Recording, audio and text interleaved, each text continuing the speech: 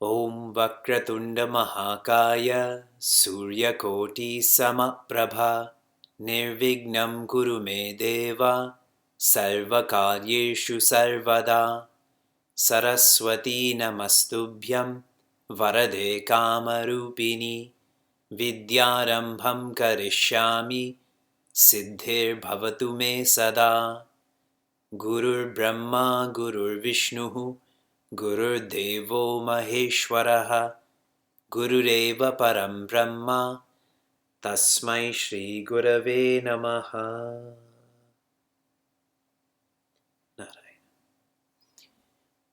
Hari Om and greetings from Niagara Falls. If you go to a dermatologist, you don't ask that dermatologist to teach you about American history. That's a precious opportunity to ask questions about your skin. Do you agree? If you're on the Expedia.com website, you don't go there looking for the newest shoes. You go there to find flights and a hotel. Do you agree?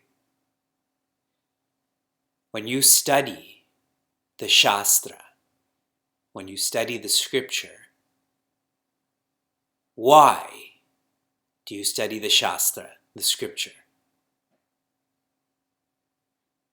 The reason is for the sadhya, which means the goal of life, the end of all goals, that is to be happiness. One should be careful not to study the Shastra, the scripture, for any other reason other than the sadhya, because when we do, we're in a game of dilution. And that's why I gave you references of the dermatologist, the travel website, that you don't do that. Then why break that mindset when it comes to studying the scriptures? The sadhya, and if there's an end, there has to be a means. And that is known as sadhana. Our course, Applied Gita, is to be clear about the sadhya so that we're clear about our sadhana. How do I apply myself to be happiness? This will only happen through jnana, or insight. When we are taught, and what we are taught makes sense, we will live accordingly. If what we're being given is not an insight, we may practice that for some time, but not forever, because this doesn't make sense. We began our course in September with a focus on evolving. Chapter 2, verse 7 was the first step we took in our practice, and the focus was honesty. To be honest if you want to evolve or don't want to evolve. Prince Arjuna does. We moved on to 8:24, where the focus was to simplify. Simplify all aspects of you outside so that you can simplify all aspects of you inside, so that we don't have multiple purposes in life, but a singular purpose, to be happiness. We continue to 13:10, where the teaching was to practice aloneness. As you're trying to simplify, be with yourself more, date yourself more, so that you know how to grow, how to evolve. And finally, 4:36, this verse highlighted how even the worst person can become happiness. So whenever you feel dejected, whenever you're having a bad day, always remember this verse. You are not the worst person. And if the worst person can be happiness, you definitely can be happiness. In October, we shifted to deciding. And we started with 1837. Whatever we decide should be for the long term, because we want lasting happiness. 4:39 was next. And the message here was to have faith in yourself. Many of you have raised questions about how do you know if what you're doing is right? And I shared with you that you should trust yourself. Trust your decision making. Shift from the mind to the intellect.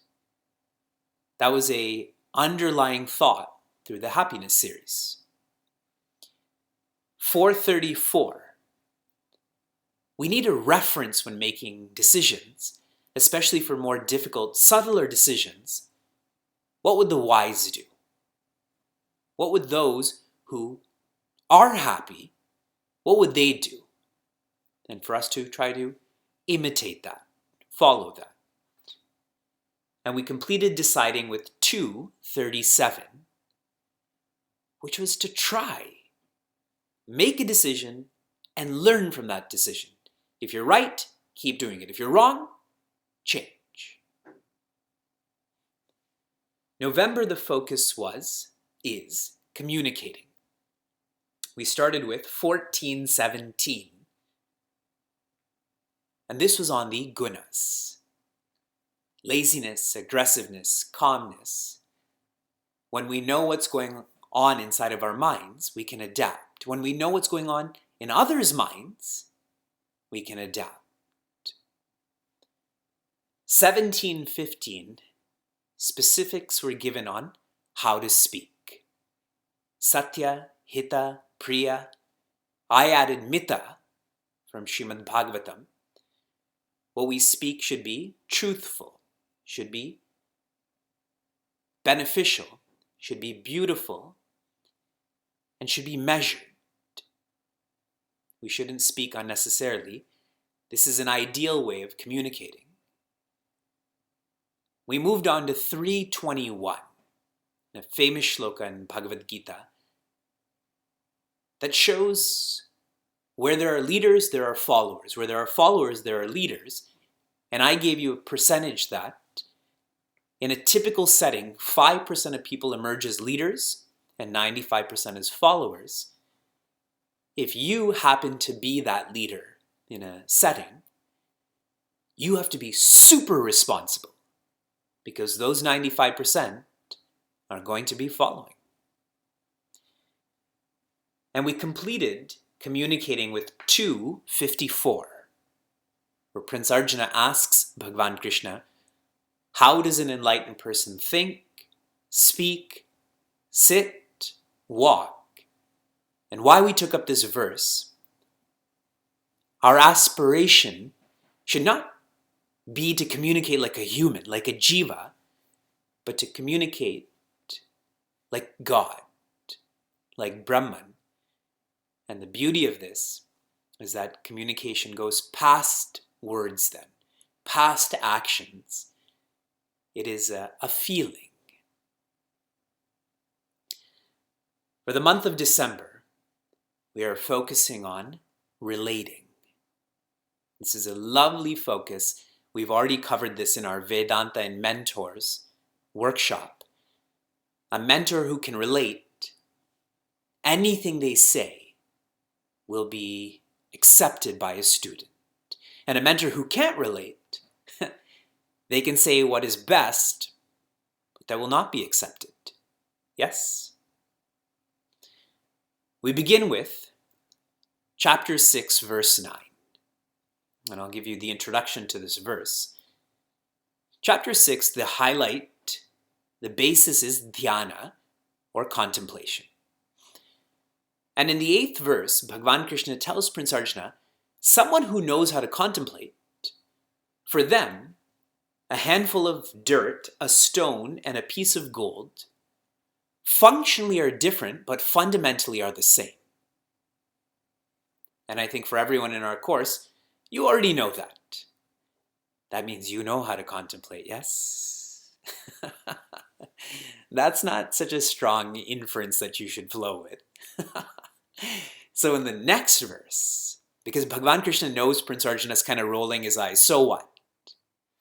That's the verse we're studying.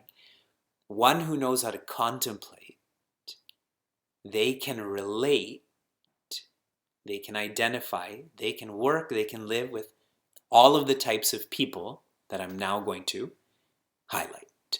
Okay? Again, chapter 6, verse 9. Suhrin mitra yudasina. Suhrin mitra yudasina. Madhyastha dvesha bandhushu. Madhyastha dvesha bandhushu. Sadhushvapi cha papeshu. Sadhushvapi cha papeshu. Samabuddhir vishishyate. Samabuddhir vishishyate. I'm going to rearrange this shloka. I'll give you some context and then we'll climb up a ladder. I'd once taught at a family retreat that was entitled The Good, the Bad, and what's the last word? The Ugly. Do you remember that Clint Eastwood movie? It was Clint Eastwood, right? The Good, the Bad, and the Ugly. And I use this verse. I use this verse to highlight the good, the bad, and the ugly. So here, sama buddhir vishishyate, the one whose intellect, the one whose personality is sama, is calm, is quiet, is balanced, that person vishishyate relates, excels, with whom? I'm starting with the ugly. There are 3 types of people that are ugly inside, okay? Obviously, I'm not talking about outside. They're the hardest to relate to. So the worst is the papi. A papi is one who goes against the scripture. The Shastra teaches dharma or responsibility and Brahma or happiness. A papi is someone who's irresponsible and unhappy. Living with one who's irresponsible is most difficult. Easier than that is a ari. Ari means enemy. And the technical meaning of enemy is one who perpetually torments you. So you may think your supervisor or your subordinate is your enemy, but they're not. They don't perpetually torment you. And if you internalize this more, the one who perpetually torments you is your mind, no? Ari. And the last to complete the ugly is a dvesha. Dvesha is someone who harms you because you harm them. And Ari has harmed you even though you haven't harmed them. But a dvesha is someone who's retaliatory, someone who's revengeful or vengeful. Dvesha. They're easier to get along with than an Ari because if you don't harm them, they're not going to harm you. Got it? That's at the bottom. We go to the middle now. I'm on the 4th rung. Udasina. Now this udasina is like the Hindi udas. Someone who doesn't care. Because the Sanskrit Udasina is one who's beyond all. This is more of the Hindi Udasina, that if you succeed, good. If you fail, good. It just doesn't matter. So it's not someone who's apathetic, more like someone who's ignorant. Like, I don't know what's going on with you and I'm not concerned. So they're the bad. They're not ugly inside. They're bad inside in the sense that there's no relation to you. You have no relation to them. Above that is a madhyastha. Madhyastha is someone who wishes well for both parties. So it would be like someone who's non-partisan in the intelligence committee workings that are going on right now, right? But the Republicans call it the impeachment committee. Yes? See? Partisan. But a madhyastha, they are supportive of both sides. And then rung number 6, and you're going to love this. You know who's at number 6? Bandhu. Point to me your bandhu. For many of you, they're sitting beside you right now. That is your family members. They're still in the bad category, but the highest of the bad, because a bandhu or family member is someone who cares for you because they have to. There's almost a legal or physical obligation. So they care for you because they have to. Now that's not a wonderful way to live, correct? So we've covered 6 now. Now I'm on rung 7. Now we're in the good. And we begin with mitra. A mitra is someone who cares for you even though they don't have to care for you. A bandhu is someone who cares for you out of obligation. A mitra is someone who cares for you out of opportunity. That's why they're in the good. They're far easier to live with, to relate to. For many of us, our good friends could be closer than some of our relatives, no?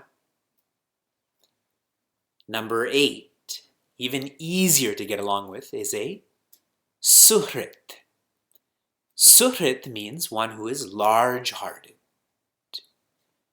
A large-hearted personality is one who gives with no expectation. Because their heart is so large, they already have all they need, so they keep on giving. And number 9, the easiest personality to relate to is a sadhu. And a sadhu is the opposite of a papi. A papi is someone who's against the scripture. A sadhu is one who's for the scripture. They are responsible and they are happy. The implication of this verse is, and you may have caught that there's one word that's missing, and that word is cha. What does cha mean? Cha means and, or in this case, etc. These are 9 broad categorizations of people, and etc. means there's endless varieties of people. And when you know that, you don't generalize. When you know that, you engage in active listening more. When you know that, you try to sympathize. Yes? For an ignorant person, they generalize. All people are like me, or all people are like you. So there's no listening, there's no sympathy, there's no relating then. Okay? We continue. We go to the next chapter. And let's chant this shloka again. Now you know what these relationships mean. Suhrin mitra yudasina madhyastha dvesha bandhushu sadhushvapi cha papeshu samabuddhir vishishyate. I'm now on chapter 7, verse 7. One of the most famous verses of Srimad Bhagavad Gita, because it involves jewelry. And Indians love jewelry.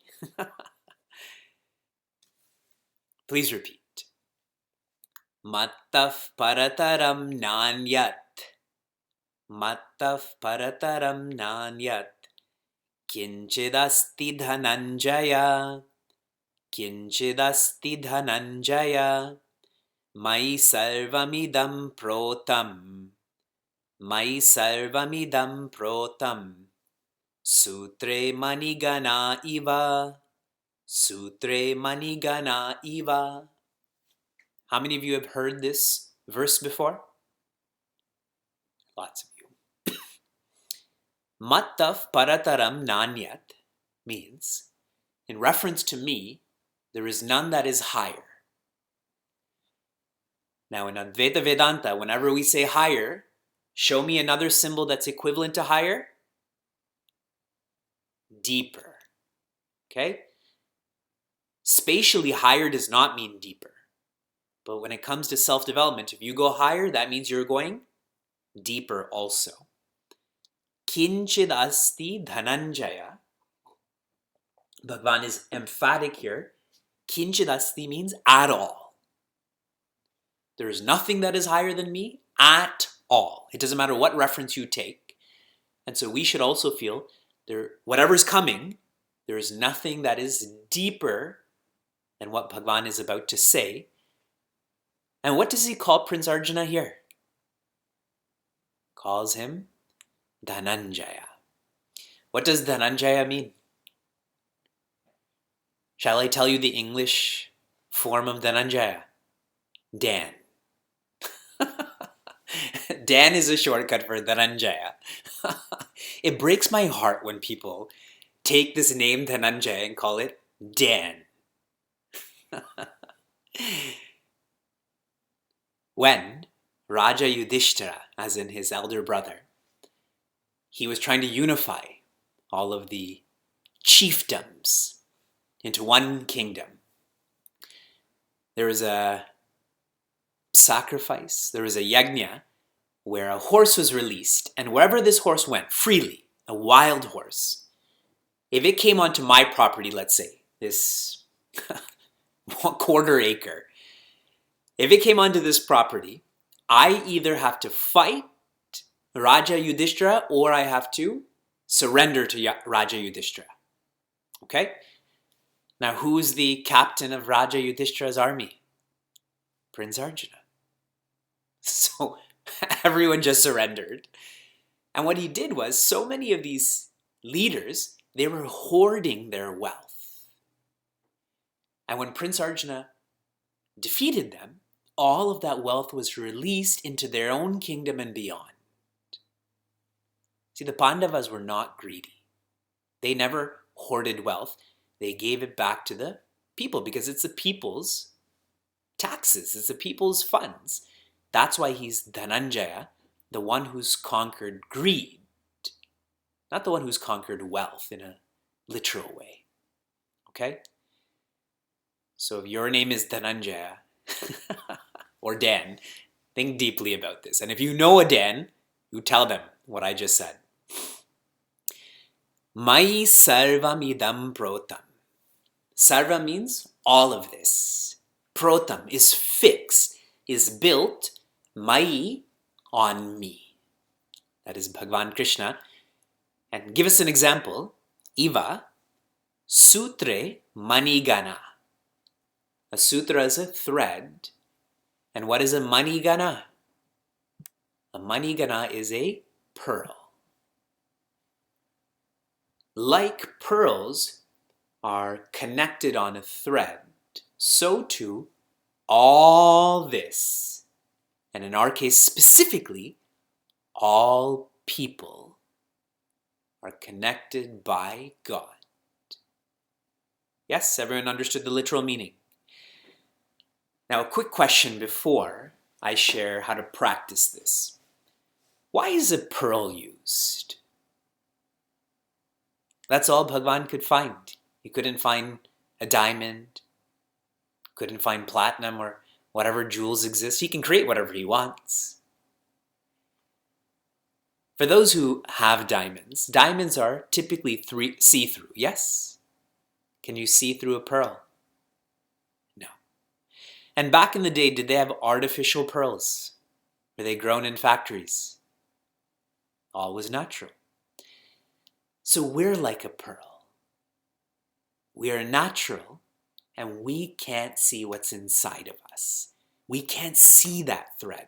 That's why a pearl is used. If this was a diamond, you could see that thread or that chain, yes? So carefully, these details are shared. Okay. What am I supposed to do with this verse? I want you to look around at the people in your study group or around through Zoom. What do you see about them first? Their skin. Skin here means just our outer covering.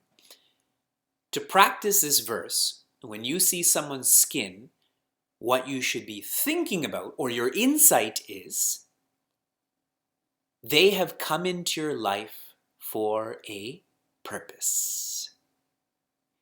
They've come into your life to make your life easier, or they've come into your life or come into your life to make it harder. Some have come into your life for the long term, some for the short term. So whenever you see someone's skin, that's with your eyes, your insight should be karma. This is your karma that's playing out. I especially want you to remember this with your family. Okay? Looking around again, what is the next deepest part you see of someone? Their mind. When you interact with people, when you live with people, a mind has virtues or strengths. So as you're trying to relate to people, instead of focusing on their weaknesses, your insight should be focus on their strengths. Focus on what they've given to you, what they've done for you, rather than the other way around. The Sanskrit word for this would be guna. Hanumanji is jnana guna sagara. So you see their skin, karma. They're in your life for a reason. You see their mind, guna. What are their strengths? It's far easier to relate to someone, to be close to someone, if your reference is their strengths, correct? And finally, what's deeper than their body and mind? Their spirit, or Atman. When you see that, and that's where this shloka is really taking us, is that the depth of that pearl is that cord or that thread, and that presence in them is also the presence in you. When we say namaste, that's the whole point. Namahate, we are one. So in Sanskrit, this would be satta. Tune into their existence. Okay?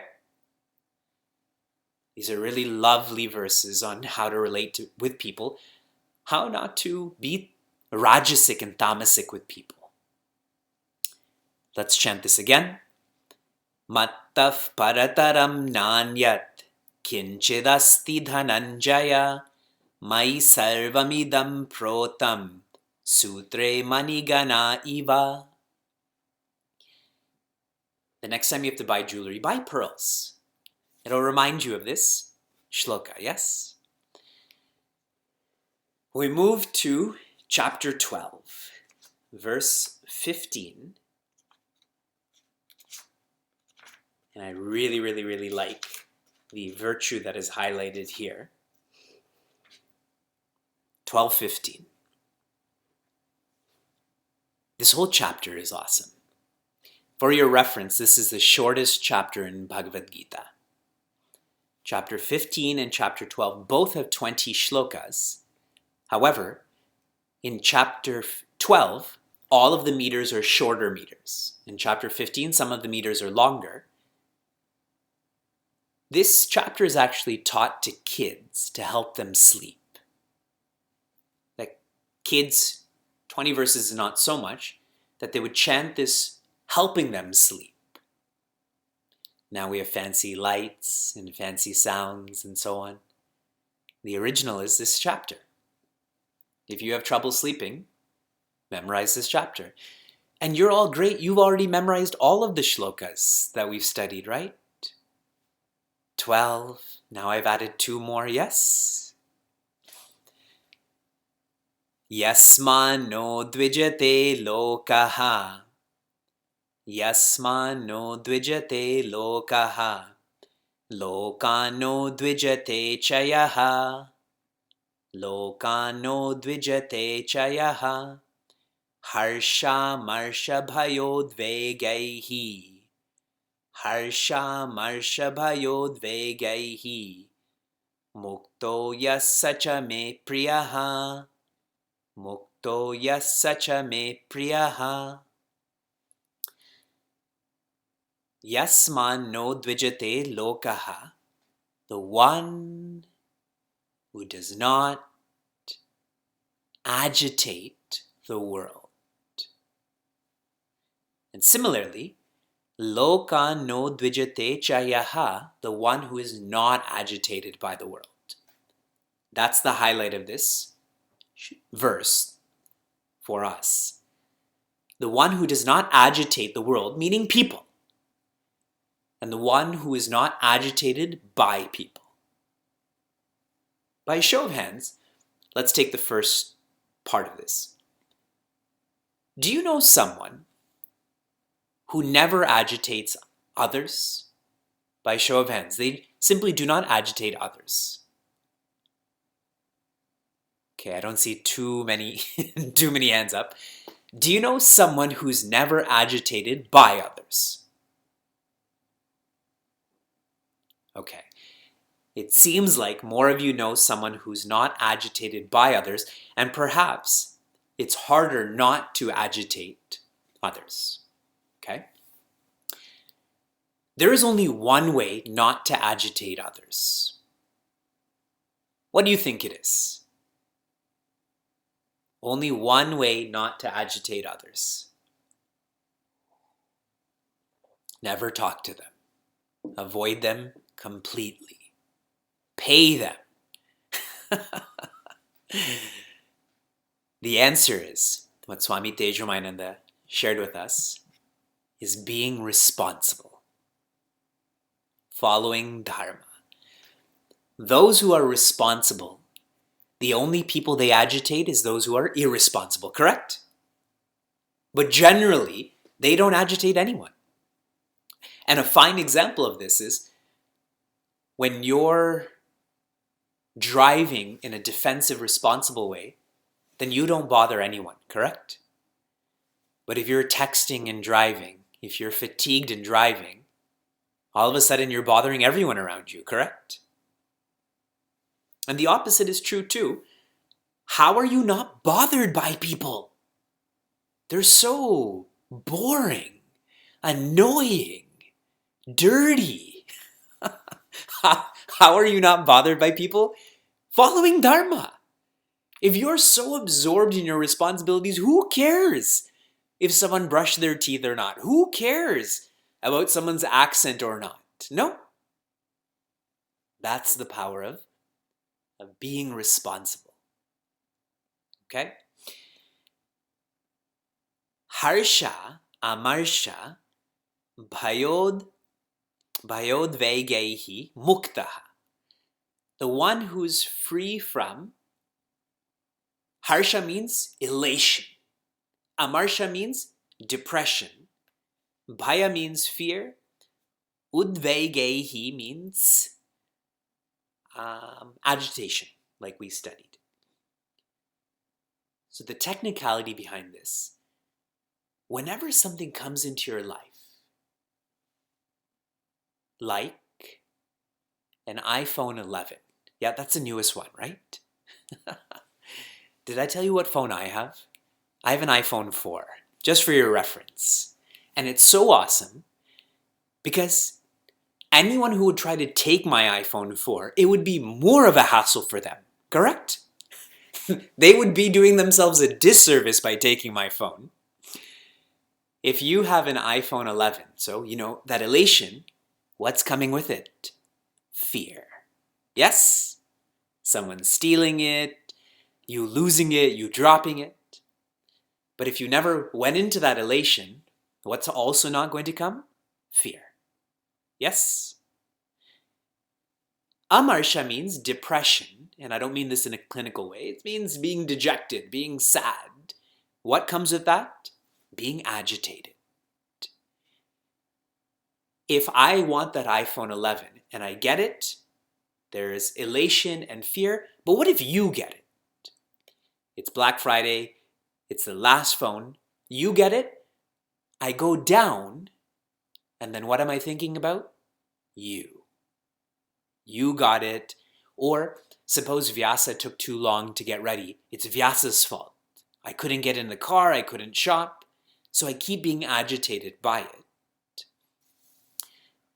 How do we deal with this roller coaster? I'm going to give you an insight from Happy Hour. Yesterday we studied the value called Preeti. You all know what Preeti? Preeti means to be accepting.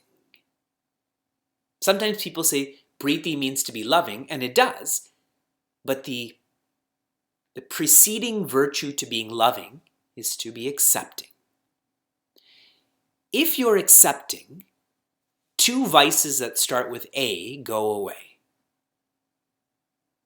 What do you think those are?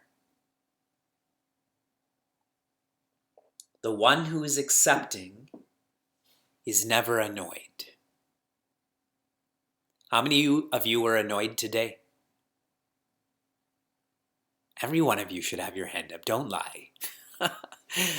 How many of you are annoyed by someone in your study group right now? Again, all of you should have your hand up. Stop lying. So one who is practicing applied Gita, being accepting, and I've already given you a framework for that. Skin, mind, spirit. I've told you all of the types of people there are, and when you're accepting, you let go of being annoying and you let go of being angry. Angry. The very first verse we studied in our course was about being honest. How many of you wish you were less angry? How many of you are actively working on being less angry? Okay. Here's the key. Practice being accepting. And this verse is concluded with, Yaha sacha me priyaha, the one who is responsible, the one who is accepting, that one is priya, is dear to me, is close to me. Who's me here? God. We always think about who God is close to. Remember, God is not partial. God is only close to those who are close to God. When Swami Prakashananda was speaking on Gita and Ramayana in Cleveland, he had shared, when you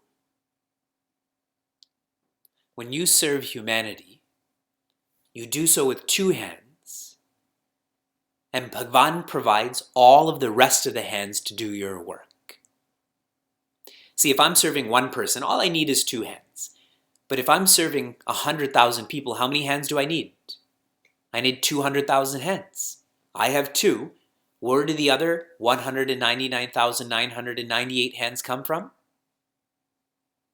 Bhagavan Krishna provides that. He's giving his guarantee here. Together. Yasman no dvijate lokaha, loka no dvijate chayaha, harsha marsha bhayodvegaihi, mukto yasacha me priyaha. And our last verse to complete relating, to complete this year, which you don't know about, we are on chapter 3, verse 11. Chapter 3, verse 11. For your reference, this is one shloka in a whole section of shlokas. This section goes from 3:9 to 3:17. It is one of the best parts of Bhagavad Gita. For those who have come to the Understanding Marriage Retreat in Washington, D.C., these are the verses I taught. For those who came to the Seekers in the City Retreat in New York City many years ago, these are the verses I taught. So I'm just going to highlight 11. Devan bhavayata nena. Devan bhavayata nena. Te deva bhavayantu vaha. Te deva bhavayantu vaha. Parasparam bhavayantaha. Parasparam bhavayantaha. Shreyah paramavapsyatha. Shreyah paramavapsyatha. This whole section of this chapter, of this scripture, talks about dedication, community, synergy. This really is the ideal subject for any corporation. Secrets of organizational success. I've extrapolated some of these thoughts. So if you're really looking for a framework on how to be a leader, how to be a supervisor, how to communicate with people, study these. Bhagavan Krishna tells Prince Arjuna, the way to worship the devas is to engage in yajna. What does yajna mean? You're going to say sacrifice, but you should say dedication. Yes? You will not sacrifice unless you have a reason to sacrifice. So yajna means dedication. Being dedicated to the devas. Now, all of you taking this literally, this is awesome. I'm a deva. All of you devis, be dedicated to the deva. It says it right here. Vivekji keeps promoting this.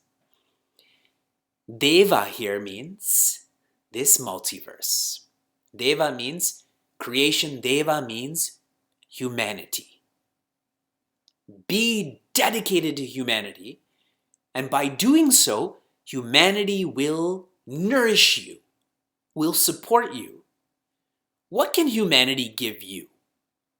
Suppose you sacrifice your articles, beings, circumstances, your resources, time, effort. You give everything to humanity. What can humanity give back to you?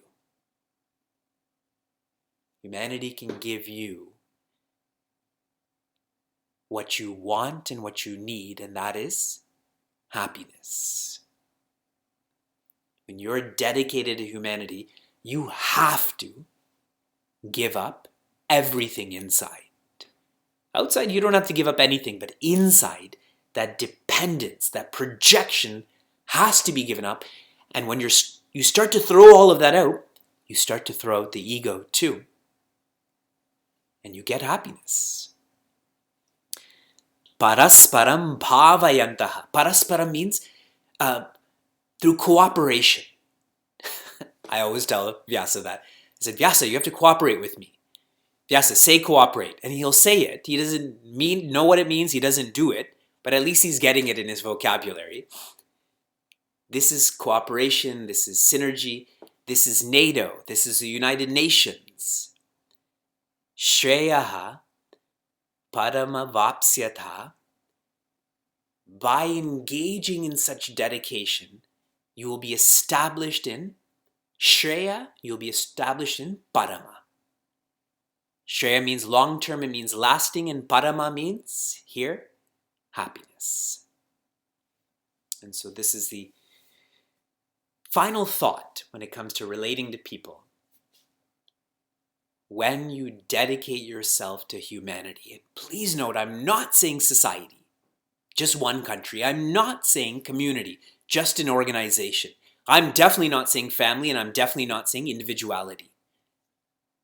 All of you, and I know a whole lot of you well, your potential is 10 to 100 times more than what you're releasing right now.